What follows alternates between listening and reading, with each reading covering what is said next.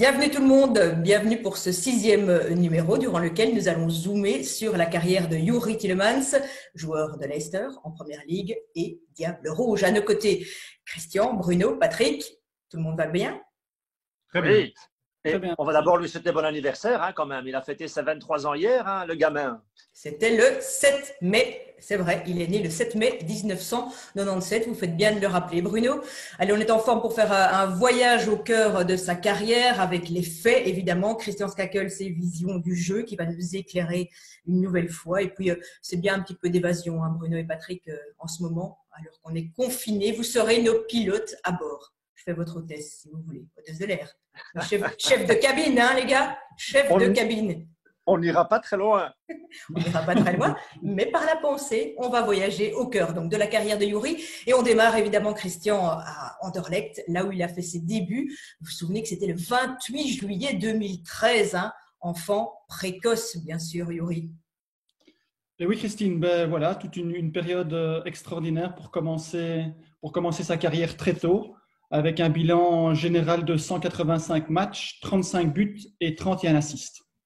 Oui, c'est Van den Brom qui le lance. Et ce qu'il faut quand même signaler pour Tielemans à Anderlecht, c'est que comparé peut-être à d'autres joueurs même dont on a analysé la carrière dans cette émission-ci, lui, il n'a pas profité d'une blessure ou quoi pour s'imposer. Il s'est imposé au mérite face à Dezeu, par exemple, qui avait été quand même transféré pour 3 millions d'euros l'hiver précédent, l'accession au noyau de Tielemans. Donc voilà, il n'a pas eu un coup du sort qu'il a projeté dans l'équipe. Tielemans, c'est sur son potentiel qu'il avait évidemment développé en jeune. Il était programmé à arriver dans le noyau A. Il est arrivé très jeune. Il a attendu un petit peu pour marquer son premier but, mais après, quand il a été lancé, ça a été magnifique. Il peut y avoir que du talent, Bruno, à cet âge-là. 16 ans et 2 mois.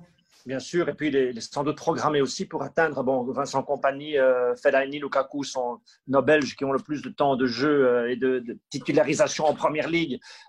265 pour Vincent Kompany. Il est à la 26e place de ce classement-là avec ses 41 matchs de Première Ligue. Donc, il est quand même appelé à rejoindre ses illustres aînés aussi. 2 fois nommé un meilleur jeune joueur de notre championnat en 2014 et 2017, également footballeur pro en 2017. Donc, une belle carrière s'offre à lui. Alors, à ce moment-là, est-ce qu'il était 6 ou déjà 8 à Anderlecht? Bruno, Patrick, Christian? Ouais, plutôt 8 quand même. Je pense qu'on voit les joueurs qui l'entouraient. Il y avait du Klestian, il y avait du Biglia, du Gilet qui avait un rôle défensif aussi.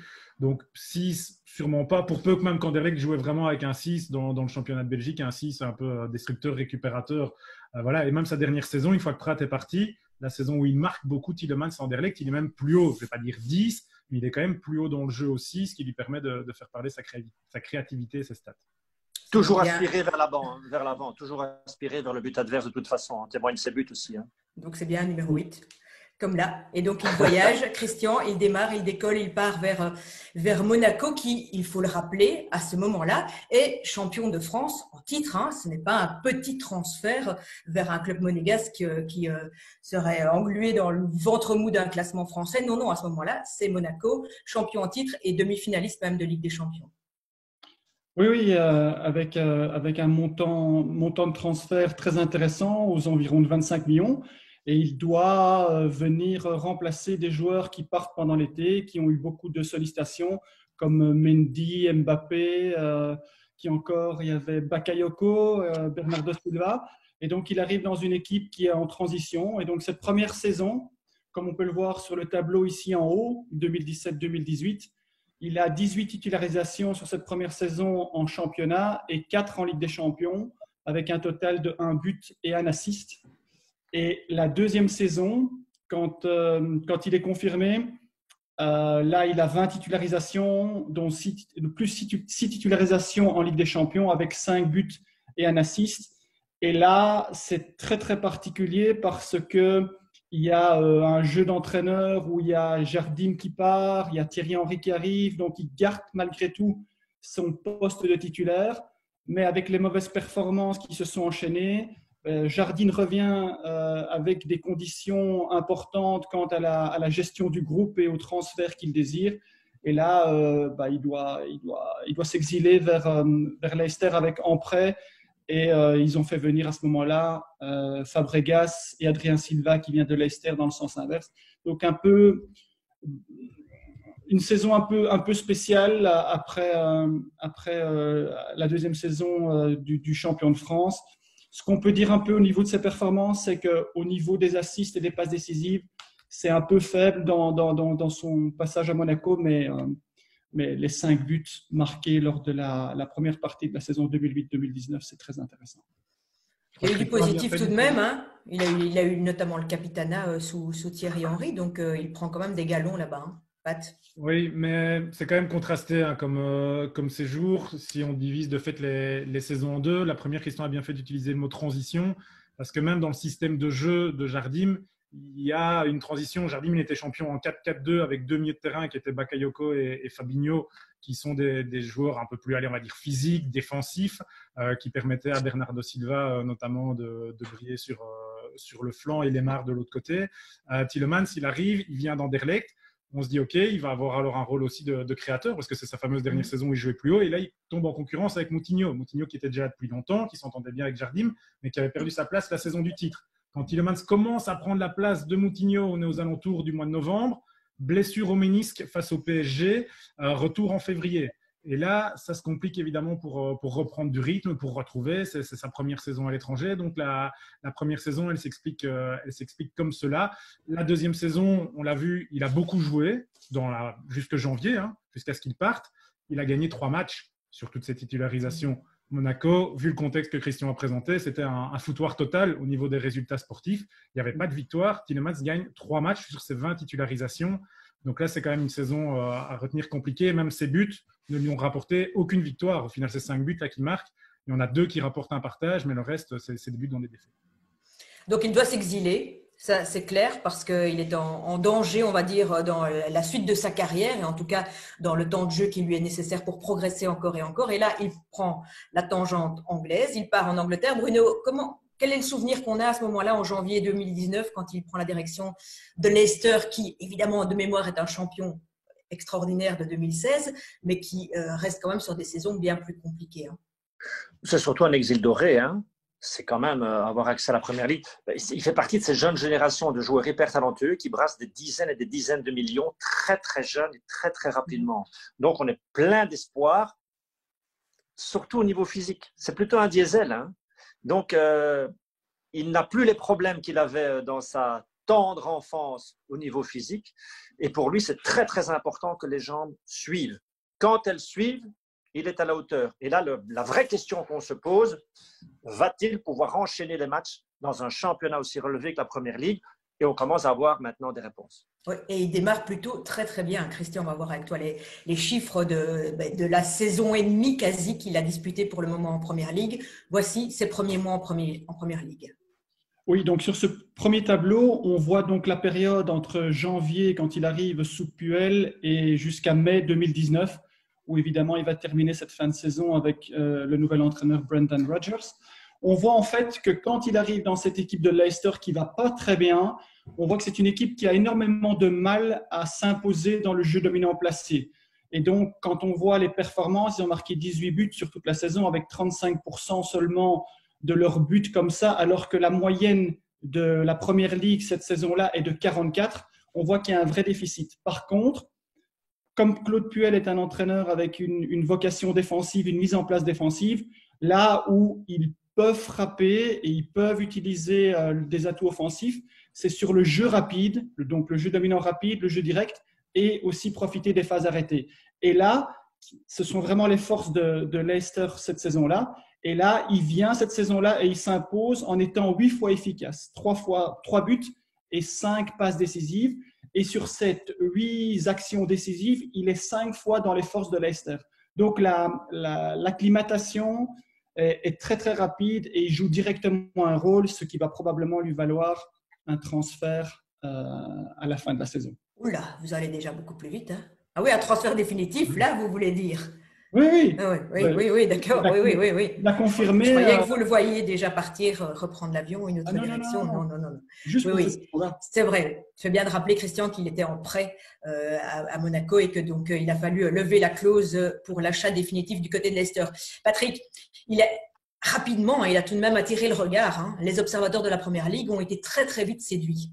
Il est arrivé, je ne vais pas dire dans un fauteuil, mais il a comblé un vide dans le noyau de Leicester. Il n'y avait pas de concurrent dans ce poste de relayeur numéro 8, parce que le milieu de terrain, c'était Ndidi et Nampalys Mendy, qui sont plutôt, comme je le disais tantôt, des joueurs un peu plus physiques, récupérateurs. Et le 10, c'est Maddison, qui a justement plus encore un profil de 10 à l'ancienne avec les proportions qu'on peut garder. Et son intégration, elle s'est super bien faite, parce que si on se rappelle de ses premiers matchs, l'homme qui cherche tout de suite, c'est Vardy. Vardy qui revient aussi en bonne grâce sous Rodgers, parce qu'avec Puel, ça se passait moins bien. Et là, Leicester, une fois que Rodgers arrive, commence à bien aller parce qu'il remet Vardy dans d'excellentes conditions. Et Rodgers poursuit le travail de Puel, qui était aussi de mettre Tielemans dans de bonnes conditions. Donc tout s'est bien passé très vite pour lui. Il a pu amener de la verticalité dans le jeu de Leicester, ce qui faisait défaut aussi. On va voir ces chiffres pour cette saison-ci, cette saison en cours. Christian, c'est vrai aussi, Bruno, que il y a une connexion avec Vardy qu'on a senti aussi très rapide, une entente entre les deux, un échange. On a même vu Vardy céder le ballon à Youri Tielemans pour certains goals. Donc, c'est important aussi de s'imposer rapidement, d'avoir rapidement le crédit technique de ses coéquipiers. L'extrême maturité de Youri Tielemans, sa qualité technique, et Vardy qui est toujours à la limite pour sprinter vers le but adverse et marquer. Et donc, ils s'entendent admirablement bien, mais c'est pour ça qu'il a séduit aussi les observateurs, c'est par sa pureté technique. Hein. C'est un joueur qui est très, très agréable à regarder. Hein. On les voit ces chiffres, Christian? Oui, en effet, Christine, ici, on peut voir donc, sur ce deuxième tableau, lors de cette saison 2019-2020, on voit qu'il y a une évolution dans le jeu offensif de Leicester comparé à l'évolution du jeu lorsque Puel était l'entraîneur et la mise en place de Puel. On voit qu'il y a une augmentation significative de l'efficacité sur jeu dominant placé. On sait que dans cette Ligue 6, seul Manchester City fait mieux qu'eux dans ce domaine. Et donc, on voit qu'il s'adapte directement à ce bloc équipe offensif qui est plus haut. Il participe beaucoup plus avec des infiltrations, avec des ballons qui viennent des flancs et des centres. Et donc, avec son efficacité de 3 buts et 5 assists, il participe complètement aux nouvelles forces offensives de Leicester.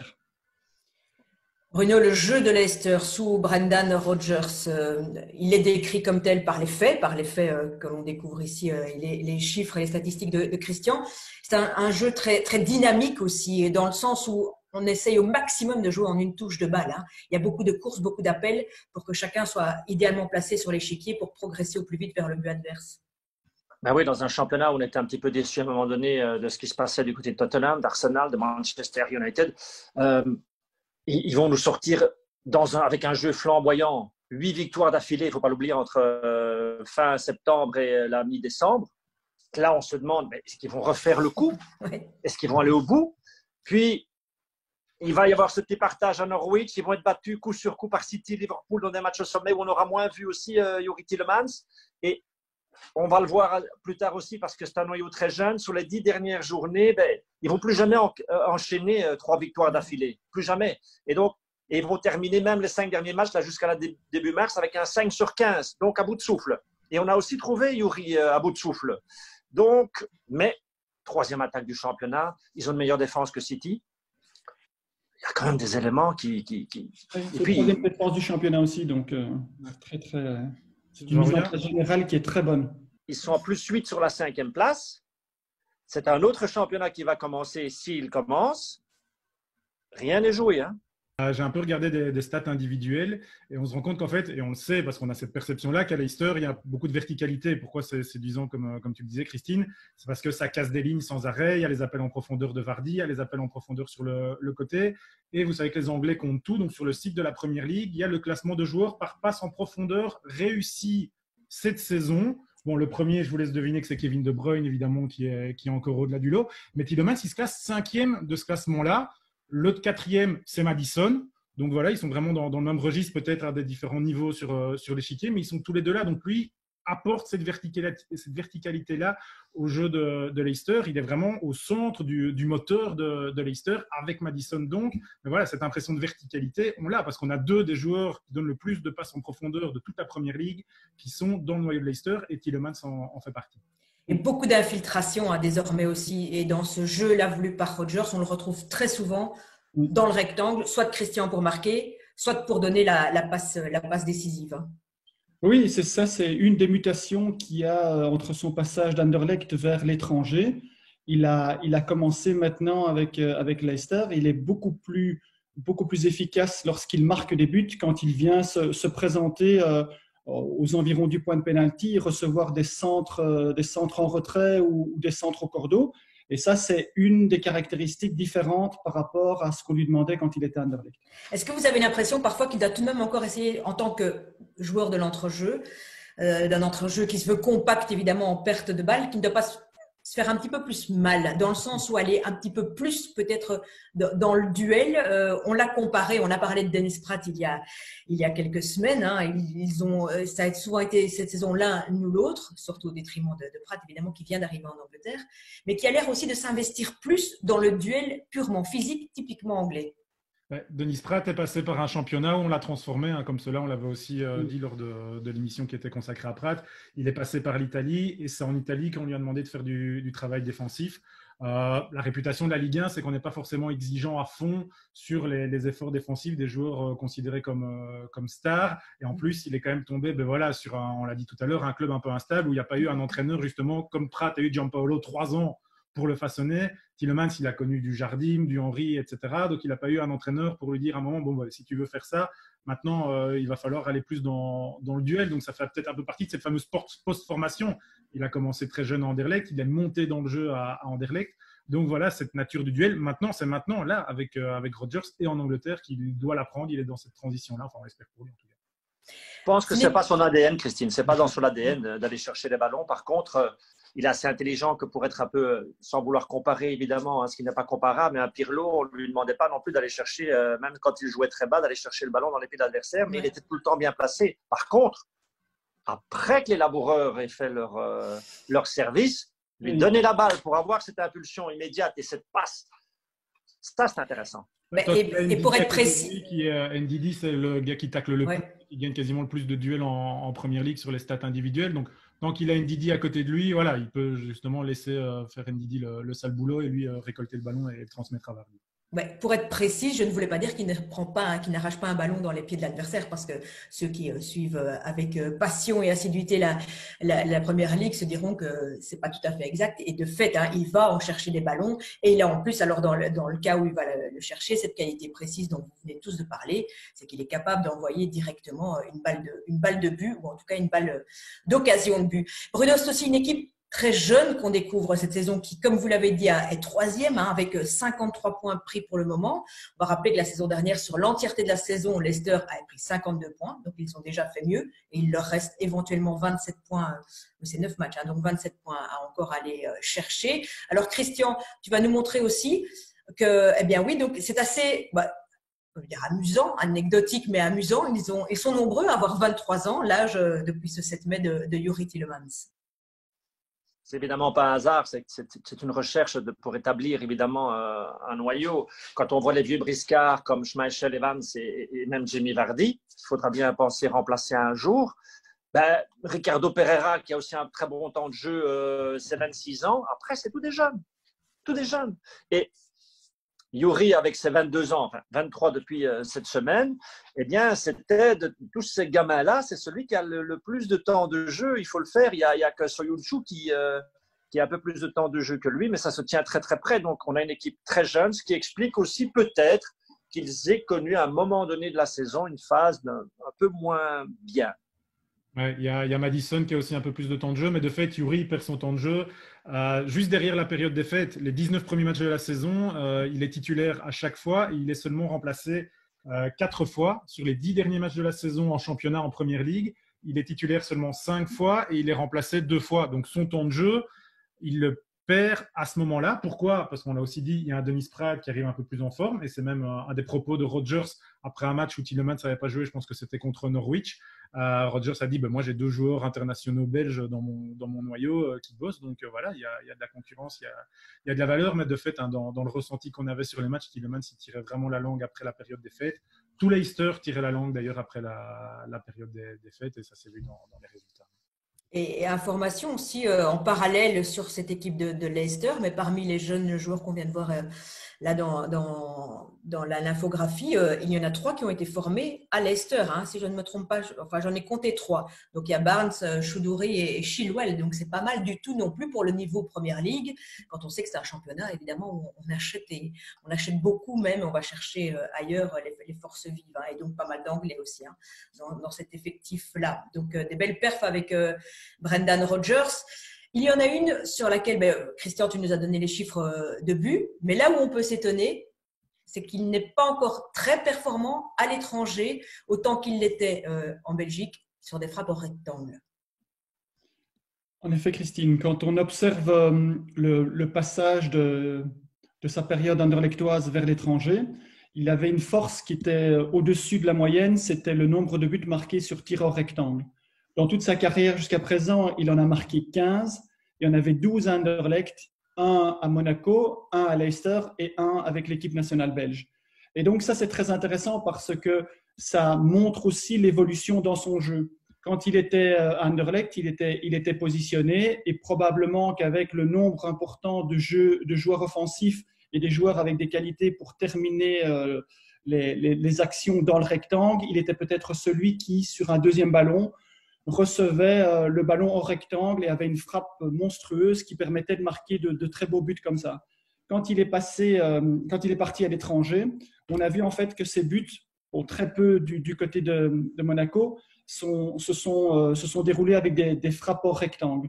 Et ici, dans la mutation avec Leicester, on voit que l'essentiel de ces buts sont dans le rectangle, comme je le disais tout à l'heure, au point de pénalty ou même dans le petit rectangle parfois sur des centres.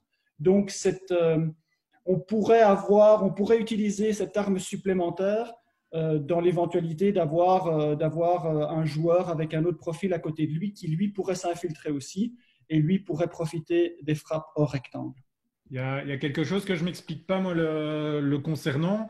Voilà, vous savez, je vous l'ai dit, les Anglais comptent tout. Tielemans, il se classe 5e au nombre de tentatives de tir à distance cette saison-ci.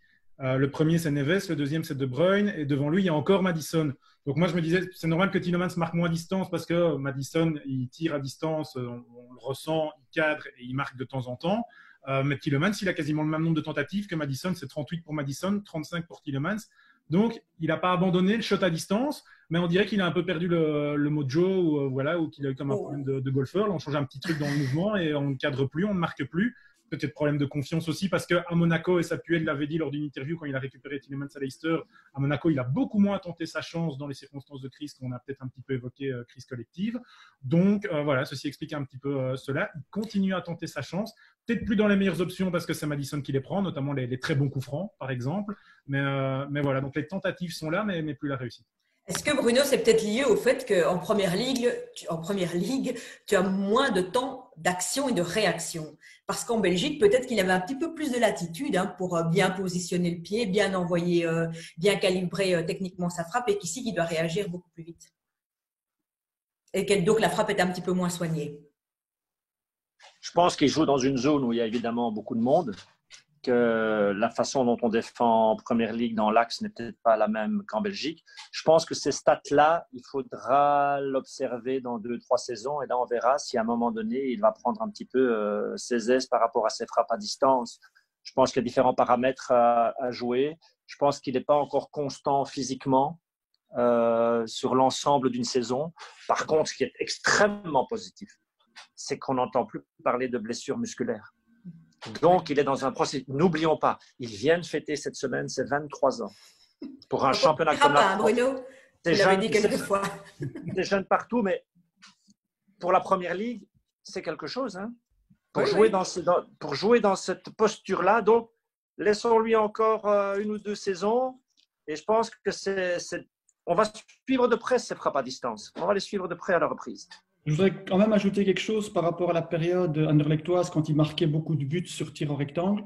Il a marqué beaucoup de buts sur des deuxièmes chances.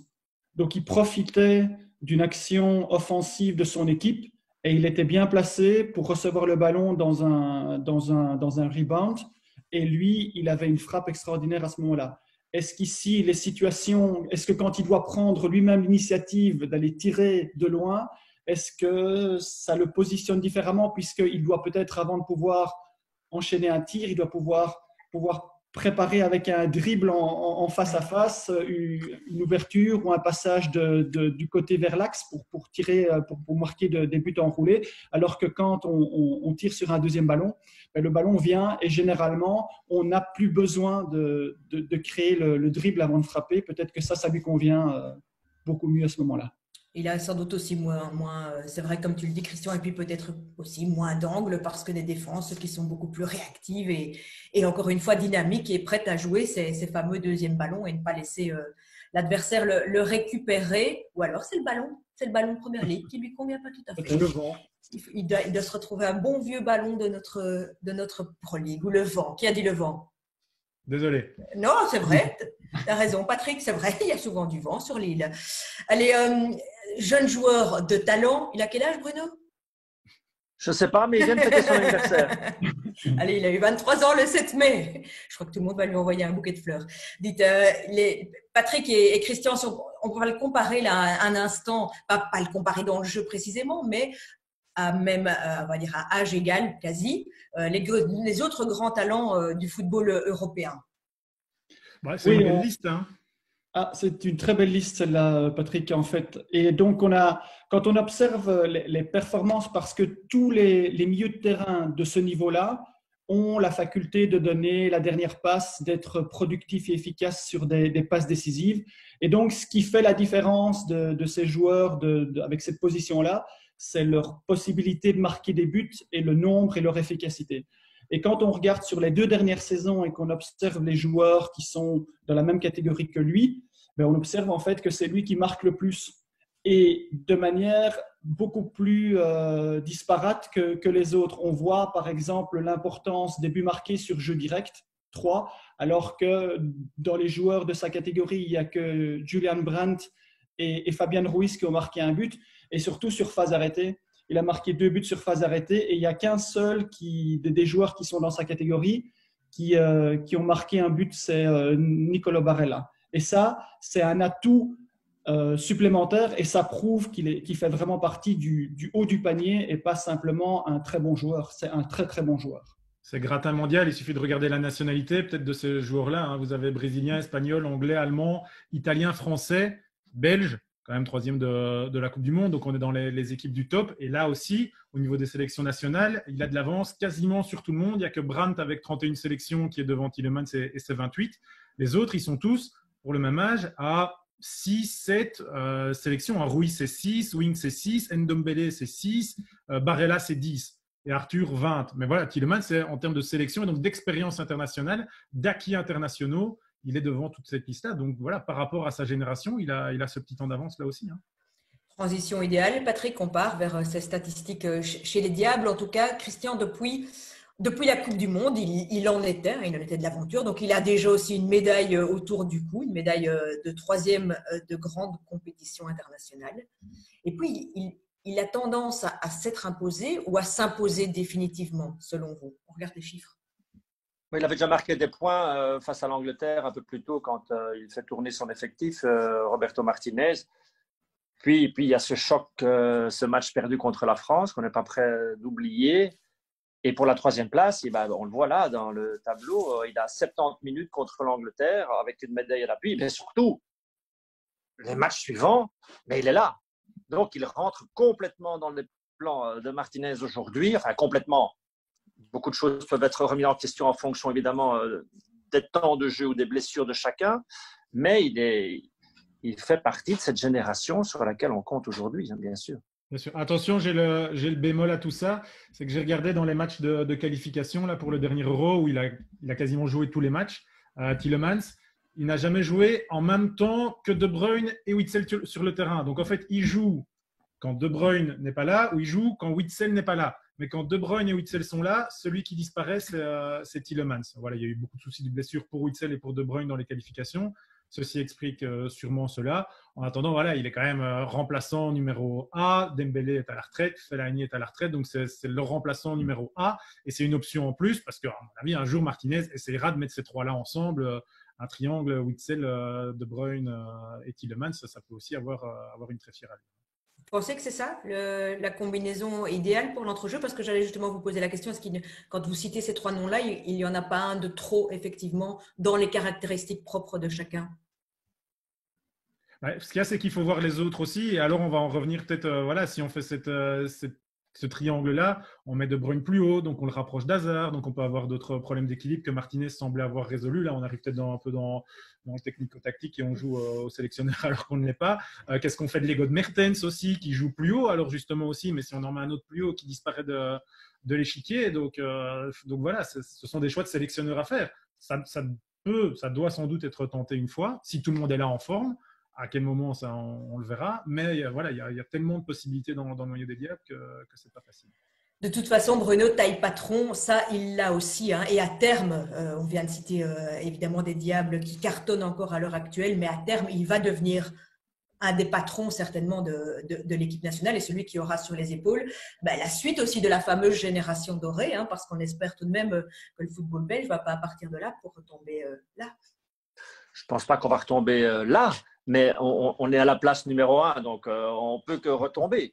Donc, mais il aura un rôle à jouer. Il aura un rôle à jouer. Oui, en plus, il a un certain charisme, il a une certaine intelligence, il a accumulé beaucoup d'expérience, il est en plein feu aujourd'hui. Je n'imagine pas qu'on ne construise pas une équipe nationale autour de personnages comme lui. Je ne peux pas imaginer ça, non. Il sera là. Belle conclusion. Vous voulez rajouter quelque chose? L'un de vous veut rajouter quelque chose? Juste pour l'anecdote, mais Leicester, sans l'arrêt, jouait en Cup contre Chelsea. Ça, c'était des matchs très intéressants à vivre aussi. Donc, il y a encore de belles choses à vivre cette saison si les Anglais, comme ça semble être le cas, reprennent. Mais attention, c'est un autre championnat qui commence. Ouais, vous avez raison de parler de la Cup parce que c'est vrai qu'ils y sont encore engagés, les joueurs de Leicester, et ça pourrait leur faire un joli trophée. Ils ont toutes les qualités pour aller au bout. On va se saluer. Vous vous souvenez qu'il était judoka aussi, hein, Youri Tillmans, durant son enfance? Non. Non? Vous avez oublié ce détail-là? On en a beaucoup parlé pourtant. On en a beaucoup parlé quand il a démarré sa carrière de footballeur. Non, vous n'avez pas mis son kimono derrière vous. Comment voulez-vous qu'on sache? Sayonara alors, c'est ça? Christian? Oui, non, à l'épreuve des faits, on a pu analyser que c'est un milieu de terrain de très grand talent et de très haut niveau. La seule chose où j'aimerais bien voir ses capacités, c'est en espérant que Leicester ne fait pas un one-shot de haut niveau pour après se repositionner dans le milieu du classement et d'avoir d'autres conditions de jeu offensives et défensives quand on joue 10e, 11e ou 12e place et voir s'il peut apporter quelque chose à ce niveau-là pour être un pion essentiel dans une équipe de ce niveau-là. Oui, et Leicester sera sans doute une des étapes aussi de sa carrière, même si c'est vrai qu'il a l'air assez stable aussi dans ses décisions. Et c'est pas plus mal non plus, plutôt que de voyager un petit peu trop souvent sans pouvoir se poser. Merci Christian, Bruno, Patrick. Les aventures se poursuivent sur les réseaux sociaux. De vous, continuez à nous suivre avec toute votre belle fidélité habituelle. À très vite. Bye bye.